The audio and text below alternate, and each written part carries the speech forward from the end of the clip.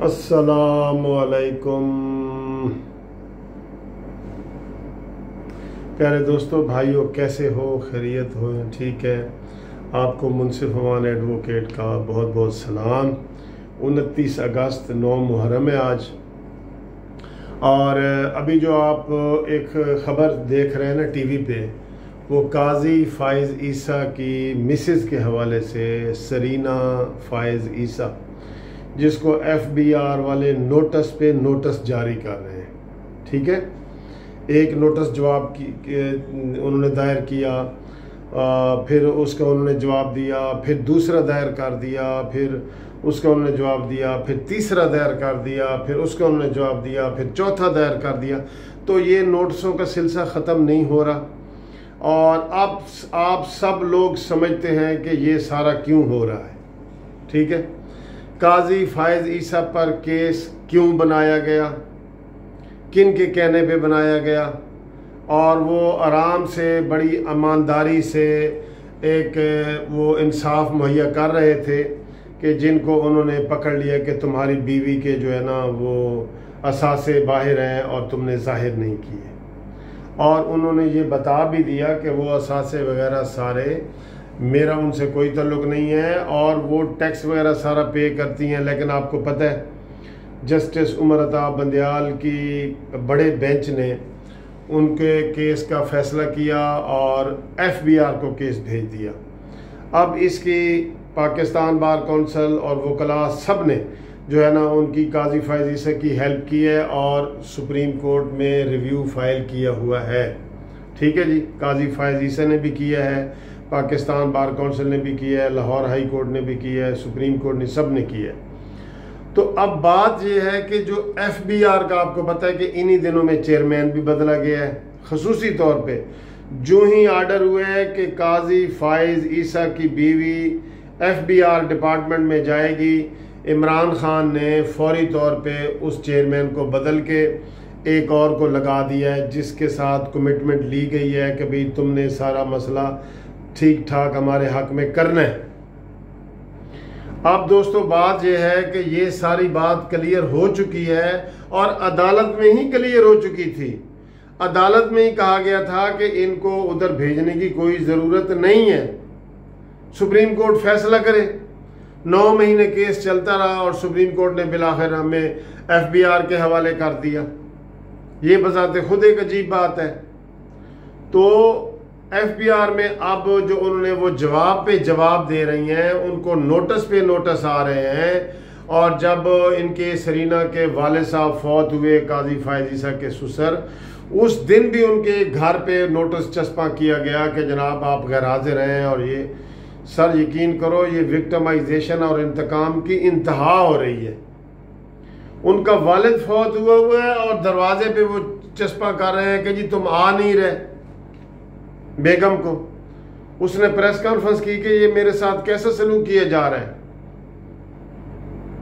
तो अब दोस्तों उसी से मिलता जुलता केस कल आप देख रहे हैं कि सारी अखबारात में, सोशल मीडिया पे चल रहा है। जनरल आसिम सलीम बाजवा की मिसेस फरहा का और उनके बेटों का और उनके बच्चों का, उनके भाइयों का, तो क्या उनको नहीं फिर मनी ट्रेल देनी चाहिए? ये 9 महीने से केस भुगत रहे हैं फ़ाइज़ ईसा, तो उनको कोई पूछने वाला है कि भाई तुमने तो डिक्लेयर किया है कि मेरी कोई बाहर जायदाद ही नहीं है, किसी किस्म की मेरी कोई बाहर जायदाद नहीं है, और तुम्हारी तो 100 फ्रेंचाइज कंपनियां निकल आई हैं, दर्जनों तुम्हारे कमर्शियल प्लाजे निकल आए हैं जिनकी एक एक की करोड़ करोड़ डॉलर कीमत है उसकी।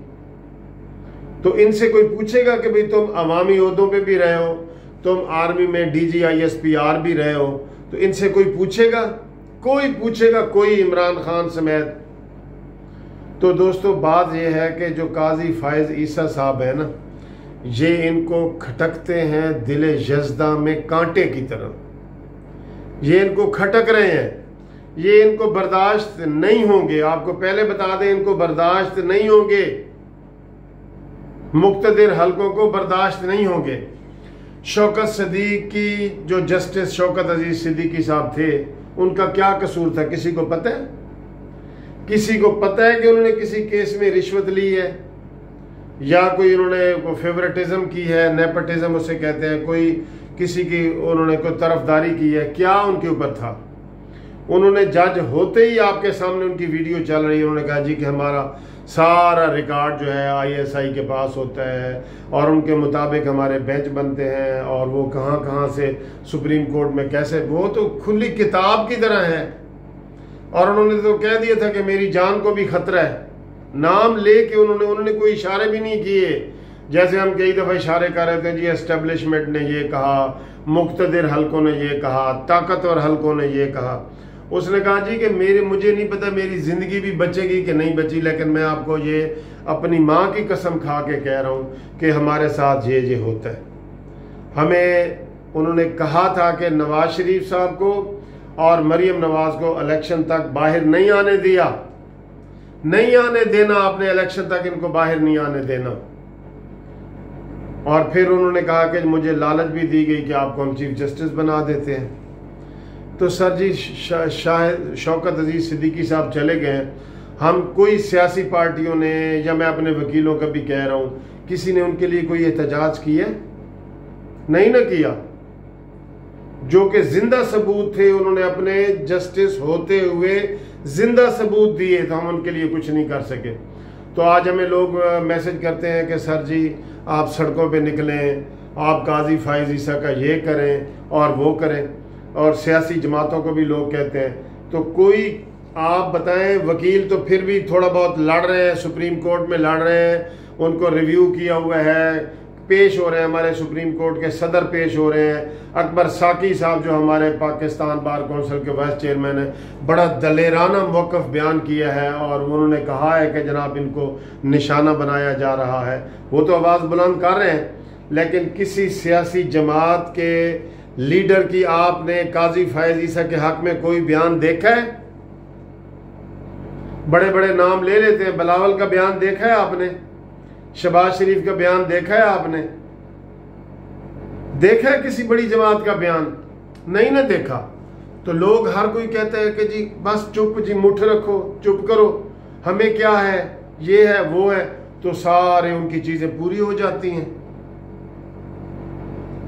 अगर तुर्की में जो इनकलाब आया था, लोग टैंकों के नीचे ना निकलते कि जी हमें क्या है, जाना तो तैयब अर्दवान ने है, हमें क्या है, तो अब वहां पे मसला हल हो गया है ना।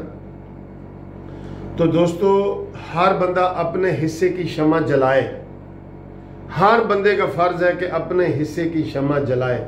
वैसे तो हम हदीसें बयान करते हैं कि जी आप पहले हाथ से रोकें, फिर ज़बान से रोकें, फिर दिल में बुरा जाने, तो ये सबसे ईमान का कमज़ोर हिस्सा है। लेकिन हम तो ज़बान से भी नहीं बोलते। आप यकीन करें, दर्जनों फ़ोन मुझे रोज़ आते हैं कि मलिक साहब आप क्यों ऐसी बातें करते हैं।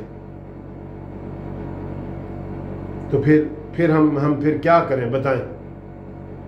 खामोश हो जाएं, आइन में तब्दीली करके सारे इख्तियारात उनको दे दें? क्या करें फिर? हमने आइन और कानून की बात करनी है और इस्लाम की बात करनी है और हक सच की बात करनी है। मुहर्रम का महीना है, आप देख रहे हैं कि इमाम हुसैन अलैहिस्सलाम के साथ क्या हुआ था, कि हक सच की बात करने के लिए आए थे ना, हुकूमत के खिलाफ वो निकले थे। तो दोस्तों, अब काजी फायज ईसा को भी जो हमारे ज़हीन हल्के हैं वो यही कह रहे हैं कि इनको उन्होंने नहीं छोड़ना। इनको छोड़ेंगे तो जैसे वो होता था ना, ज़ियाउल हक के दौर में था कि जी कब्र एक है और उम्मीदवार दो हैं, ज़ियाउल हक है या भुट्टो है, अब देखें इसमें कौन जाता है। तो ज़ियाउल हक ने कहा जी इसमें भुट्टो ही जाएगा, मैं क्यों जाऊं। ये नहीं कि अगर भुट्टो ना जाते तो फिर ज़ियाउल हक को उस कब्र में जाना पड़ना था। तो इस तरह के हालात हैं। काजी फायज ईसा के जितने बेगम ने जवाब दिए हैं वो कहते हैं जी गैर तसल्ली बख्श हैं, और उन्होंने गैर तसल्ली बख्श कहना है क्योंकि FBR के चेयरमैन को चंद महीने तो पहले तब्दील किया गया है। जब जो ही इनका केस उनके पास गया, इन्होंने अपने मतलब का बंदा लगा दिया। वहां एक औरत बैठी थी, उसको हटा दिया। तो काजी फायज ईसा का जो केस है वो खतरनाक है और उसके लिए सियासी जमातों को भी निकलना चाहिए, बयान देना चाहिए, उनको देना चाहिए, अखलाकी जुर्रत पैदा करनी चाहिए। अगर हम वकील कर रहे हैं तो उनको भी करनी चाहिए कि नहीं करनी चाहिए, बताएं। इतना बयान, ये कितने बड़े बड़े सियासी लीडर फिर रहे हैं, दें बयान कि जनाब उनको विक्टिमाइज किए जा रहे हैं, उनके साथ इंतकाम का निशाना बनाया जा रहा है, ये बयान दें। आज वीडियो बनाने का मकसद ही यही है कि वो बयान दें, वरना मैंने काजी फैज ईसा साहब को एक वीडियो में कहा था कि अवाम के लोगों के दिल आपके साथ हैं और तलवारें आपके खिलाफ हैं, आप फैसला देखें क्या होता है। थैंक यू, खुदा हाफिज।